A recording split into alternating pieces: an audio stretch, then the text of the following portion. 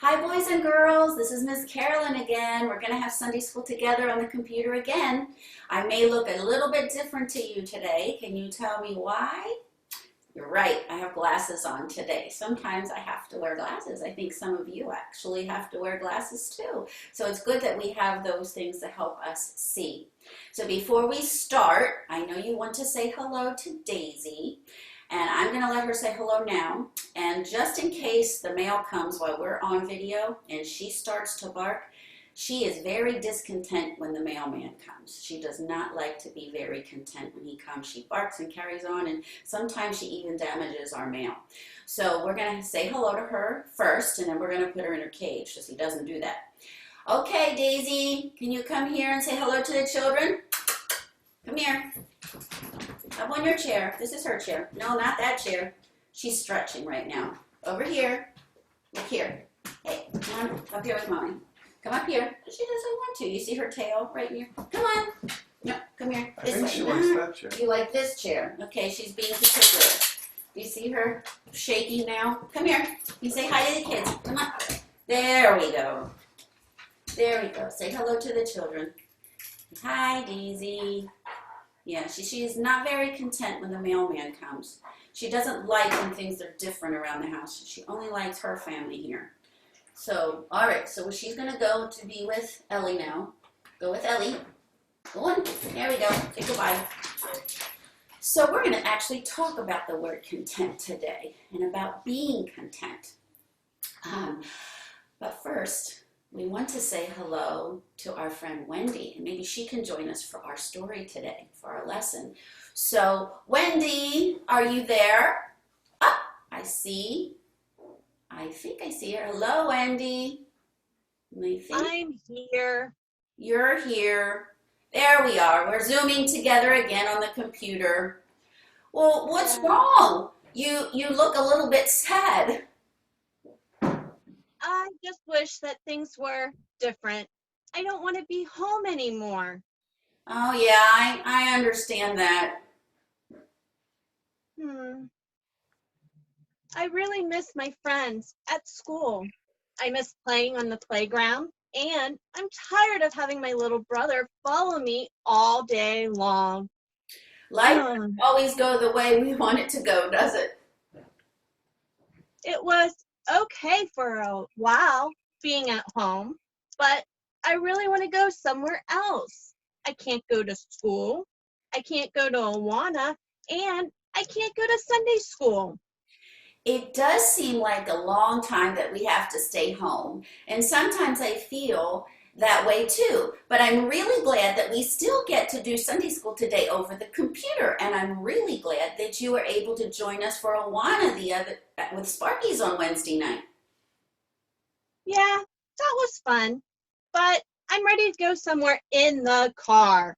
I have a story today from the Bible about a man that learned to be content whatever happened to him, even if things were bad or sad.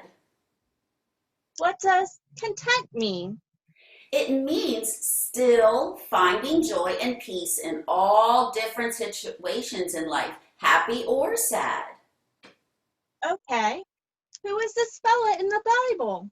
Well, his name was Paul. He had been going around to many different parts of the world and telling people about Jesus. And sometimes he was making tents and making money. And sometimes he was in jail.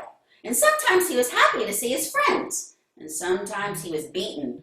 But he always knew that trusting in Jesus, no matter what was happening to him, gave him contentment. Wow. Let me read about a time something really scary happened to him, but he trusted in Jesus. So could you sit here and listen quietly with the other boys and girls who are at the computer? Yes, this sounds like a good story. It is. The story is found in the book of Acts. And before we start, I want to tell the boys and girls there is a lesson on the computer that you can print out. You don't need it for right now when you're listening to Miss Carolyn, but afterwards there's some activities. So you can look at that after we're finished here. Okay, and Acts, Wendy, could you tell me if Acts is in the New Testament or the Old Testament? The New Testament. Very good. It's in the New Testament. And here is about Paul. Now, I have to set the stage. People had him and they wanted to take him to jail. He was in trouble for talking about Jesus.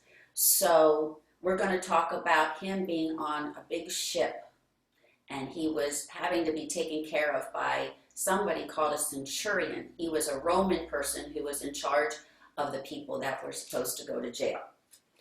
So he's going to go to Rome. But this is what happened on his way. And when it was decided that now this is Luke talking, so that's why they're saying we, Paul and Luke, should sail for Italy, they delivered Paul and some other prisoners to a centurion named Augustin. And embarking in a ship which was about to sail to the ports along the coast of Asia, we put to sea. And putting out to sea from there, we sailed under something called a lee of Cyprus, because the winds were against us. Here comes the wind and the rain. We sailed slowly for a number of days and arrived with difficulty to a place called Sindus. And as the wind did not allow us to go any further, we sailed under the lee of Crete again. Coasting along it with difficulty, we came to a place called Fair Havens. Since much time had passed and the voyage was now very dangerous, Paul advised the people on the ship, saying, "Sirs, I perceive that the voyage will be with injury and much loss, not only to the stuff on the ship, but also our lives." But the centurion didn't pay attention to Paul. He paid more attention to the pilot and the owner of the ship than to what Paul said. And because the harbor was not suitable to spend the winter in, the majority decided to put out to sea from there, on the chance that somehow they could reach a place called Phoenix, facing southwest and northwest, and spend some time there. Now, when the south wind blew, supposing that they had obtained their purpose, they weighed anchor and sailed along Crete close to the shore. But soon, a tempestuous wind, called a northeaster, struck down from the land, and when the ship was caught and could not face the wind, we gave way to it and were driven along.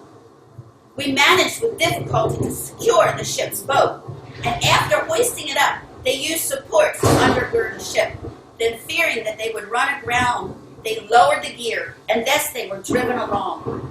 Since we were violently storm-tossed, they began the next day to throw over the cargo, and on the third day they threw the ship's tackle overboard with their own hands.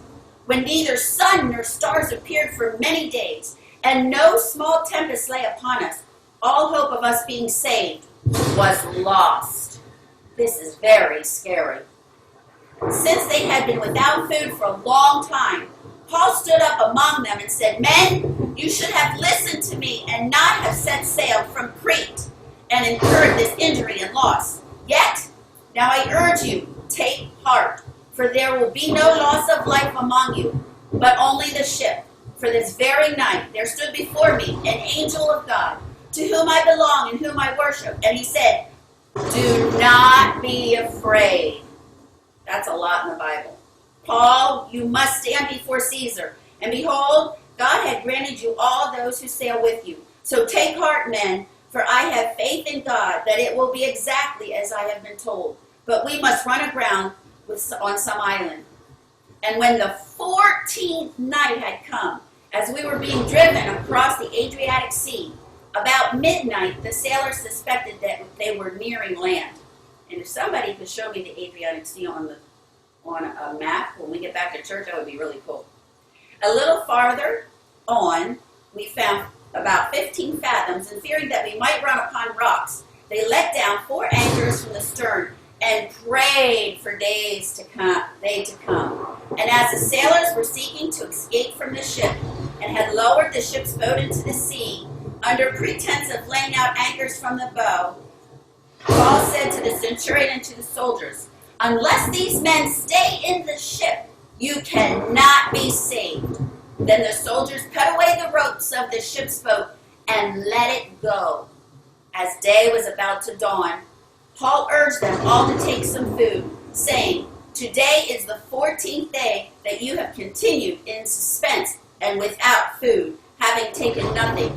Therefore, I urge you to take some food, for it will give you strength. For not a hair is to perish from the head of any of you." So God had told Paul that everybody was going to be saved through this storm. And when he had said these things, he took bread and he gave thanks. Even in the storm, Paul thanked God. In the presence of all, he broke it and began to eat. Then they all were encouraged and ate some food themselves. We were all in 276 persons on the ship. Wow, that's a lot of people. And when they had eaten enough, they lightened the ship, throwing out the wheat into the sea. Now when it was day, they did not recognize the land, but they had noticed a bay with a beach on which they planned, if possible, to run the ship ashore. So they cast off the anchors and left them in the sea. And at the same time, loosening the ropes that tied the rudders, they hoisted the foresail to the wind that made for the beach. But they struck a reef, like a coral reef. They ran the vessel aground. The bow stuck and remained immovable, and the stern was being broken off the surf. That's part of the ship was coming off. The soldiers planned to kill all the prisoners. Oh no! Lest they should swim away and escape. But the centurion, he liked Paul, wishing to save him, kept them from carrying out their plan. He ordered those who could swim to jump overboard first and make for the land, and the rest on planks or on pieces of the ship. And so it was that all were brought to safety to the land. Woo! That was a big storm. And finally, now that the storm was ended, after they were brought safely through, we then learned that the island that they found was called Malta, and the people there showed unusual kindness to us, for they kindled a fire and welcomed us all. God had taken care of Paul, didn't he? Wow. How do you know what was going to happen to Paul, boys and girls? How did it say in the story how he knew they were going to be saved? Do you remember? Yes. If you remember, an angel from God talked to Paul. Well, that must have been really cool. I can imagine. Do you think God was with Paul through the storm and the shipwreck? What do you think, boys and girls? What do you think, Wendy? Yes. Yes, Paul knew that God would never leave him or forget about him. He was content even when his life was in danger. It was pretty rough on him. I'm sorry that I have not been very contented. It's good that you are sorry, Wendy. Jesus will always forgive us when we ask him to. Our verse today is something Paul told a church in a place called Philippi. It goes like this. I don't know if you can see this, boys and girls, very well. I didn't write it very well, so I'm going to come up here. There we go. Now you can see it. I have learned in whatever situation I am to be content. Philippians 4:11. Can we say it together? I have learned in whatever situation I am to be content. Philippians 4:11. Good job. So do you know what content means now? Yes. I am going to work really hard at being content.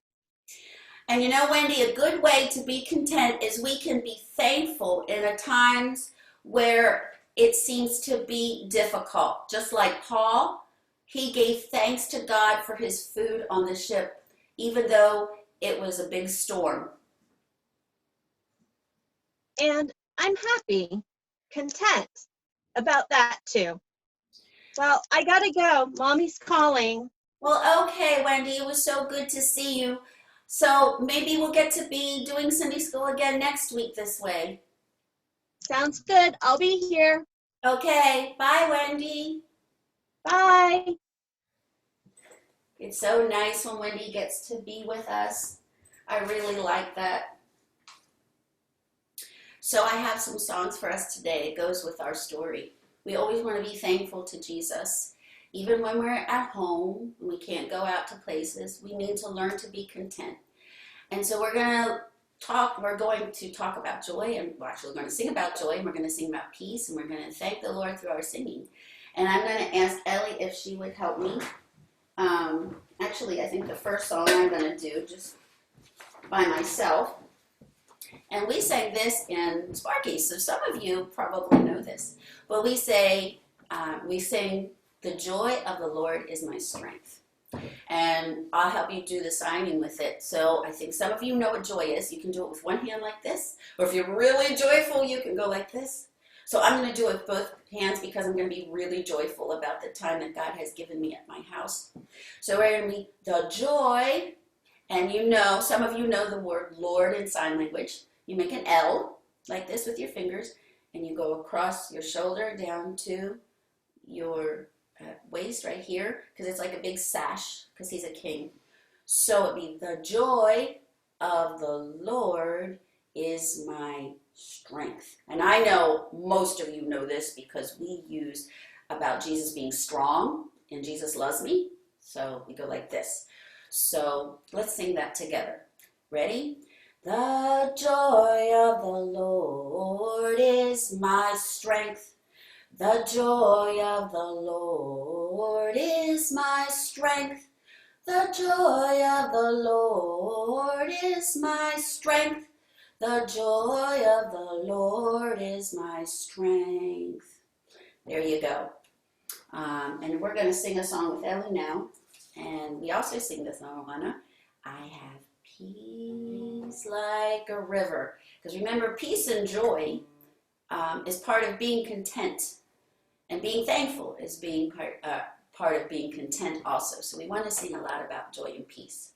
Okay, so maybe Ellie can help me get started here so I get on the right key.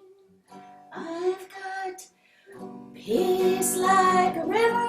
I've got peace like a river. I've got peace like a river in my soul. I've got peace like a river. I've got peace like a river. I've got peace like a river in my soul. I've got joy like a fountain. I've got joy like a fountain. I've got joy like a fountain in my soul. I've got joy like a fountain. I've got joy like a fountain. I've got joy like a fountain in my soul. I've got love like an ocean. I've got love like an ocean. I've got love like an ocean in my soul. I've got love like an ocean. I've got love like an ocean. I've got love like an ocean in my soul. I bet you're wondering why I put my foot up like that. Some of those Sparkies will know, because it's kind of a funny joke that when you say soul, we're putting our sole of our feet up instead of the sole that actually is inside. It's kind of a play on words. So that's what's kind of funny. And you notice I don't have shoes on because we're having Sunday school at home. So even though I did wear a dress. So, all right, we're gonna just sing one really quietly, and you know this one. One time we sang to Miss Pat over the computer when she was getting better from something that she was sick from, and we sang the song, "Be still and know that I am God." When we are to be content, sometimes we just need to be still and know that Jesus has everything all taken care of, and he knows what's happening, and he wants us just to be still in him. The verse that says, "Be still and know that I am God," I'm not going to tell you where it's at. It's one of those things that I would like you to look up today. So one of those things, when we come back together, you can tell Miss Carolyn there's going to be lots of things that you can tell her. There's going to be lots of things that you can show her too. All the things that you got to look up in the Bible, and all of the pieces of paper you got to fill out for Sunday school, I would love to see them. And all the crafts too. So this is from, oh, almost told you the reference. I'm not going to tell you the reference. It goes, be still and know that I am God. And it goes like this. Oh, I'm going to show you the sign language. The word be in sign language goes like this with a B and an E. So be still is the same as peace. So be still and know, point to your head, that I, and you know this word, am God. Okay, so it goes like this. Be still and know that I am God. Be still and know that I am God. Be still and know that I am God. Very good. And the next one, Ellie's going to do with us. It's one that we sing every week. God is so good. So everything that we're learning in Sunday school for every week on the computer, we always want to remember that God is so good. And he's so good that, again, we get to be here together this way. So let's sing God is so good. God is so good. God is so good. God is so good. He's so good to me. Let's just sing it with our hands. Ready?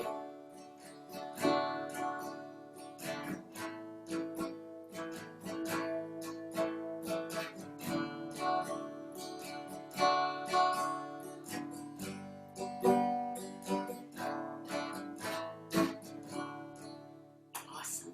We can shake, clap our hands in sign language. Thank you so much, Ellie, for helping me with that and helping me with the dog. I appreciate that. Okay, but you know what is next. We have a craft. And I'm not sure that you will be able to see this craft very well on the computer, but that's okay because you can do it at home. It's kind of like a mystery craft. You try to make something be invisible and then you make it where you can see it. I like those kind of crafts. So what you need is a white piece of paper like this. Ta-da! You need a white crayon and then you need a darker crayon. So what you need to do first, I've already done this so it won't take so much time, is you need to take your white crayon and you need to take your memory verse that you know. You can either do it shorter where it says, I have learned to be content. I think that's all that I put on here. Yes, I have learned to be content. So take your white crayon and you write, I have learned to be content in white crayon on your white paper. You're not going to see it very well. That's the idea. It's kind of going to be invisible. But I want to tell you, you have to really, really, really color the letters really, really hard. So like get a hard surface. I'm going to use this. And you have to like that. And you have to go over and over and over and over and over and over and over it and make it have lots of white crayon. And you'll be able to sort of see it. I don't know if you can sort of see it on the computer, but it's white. It's kind of invisible. So then, and this part I'm not sure you'll be able to see really well, but it worked here when I did it earlier, is you take the dark crayon and don't do this very hard at all. Just very softly go over where you had your white crayon, like that. Now, see, it's coming out fine here, but I'm not sure you can see it here. Closer. Can you see it? Not really. You really can't see it on the computer, but just take my word for it. You'll have to trust me that I can see the eye. It came out. And then I'm going to do it on the word have. And ta-da! I can see have. Yeah, you really can't see it very well there, but it worked for me. So hopefully that worked for you. Now, another way that you could do this, that you could see the letters even better, is you do your white crayon on your white paper, and if you have watercolor paints, take watercolor paint over it, but not all of you have watercolor paint. That's why I told you to use a crayon. But if you do, take a color, pick any color and go over your white crayon with the watercolor, and you will really see the secret letters that we have. So, like I said, any of these crafts that you do with Miss Carolyn, I would love to see them if you bring them to me, or you can even text them to me if your parents have my number. You could do that. Okay, and the last thing is, well, I want to remind you about the Sunday school paper. Don't forget about doing that, because that would be fun. Especially for the older kids. I think it's a little older for the older ones, like the primary kids. I think you'll get some fun out of that, doing that. So we want to pray and be very thankful for what God has given. So I'm going to come up with 3 things that I'm thankful for today, and how I can be content for this week. So I'm thankful for the time that I get to spend with my family.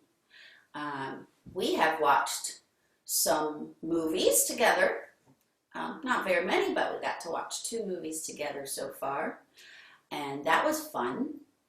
And I'm thankful that I get to do these videos for you. That's a lot of fun. We can be together, you and I. I'm glad that I get to see Wendy like that. So that's 2 things. And I'm thankful every time I see the sunshine. I mean, I'm thankful for rain. Rain can be good, and that's necessary, but it's been really nice that I have seen sunshine in the morning coming through my window. I like waking up to the sunshine. So those are 3 things that I'm thankful for. Maybe you can think of 3 things you're thankful for. Okay, let's fold our hands and close our eyes. Or you can watch the screen like I said before if you want to, but we want to just make sure that we are still and while we're praying to the Lord. And so let's go. Dear Father in heaven, we thank you for the story of Paul and how he was content in the big shipwreck that he was in, and that you had saved him. It's a really great story. Lord, we thank you that you teach us to be content no matter what we're going through. We thank you for the sunshine. I especially thank you for the sunshine in the morning coming through my window. I really like that. And Lord, I thank you for the time with my family. And I thank you for the time that I get to spend with the boys and girls when we're on the computer on Sunday for Sunday school. You are so good to us, Lord. You are so great, and you are so mighty, and you've done so much for us, Lord. So help us understand that right now, the way things are, being at home is not going to last forever, that you always are with us, you never leave us, and you never forget us. Thank you so much for that. And we pray this in your name. Amen. See you later, boys and girls.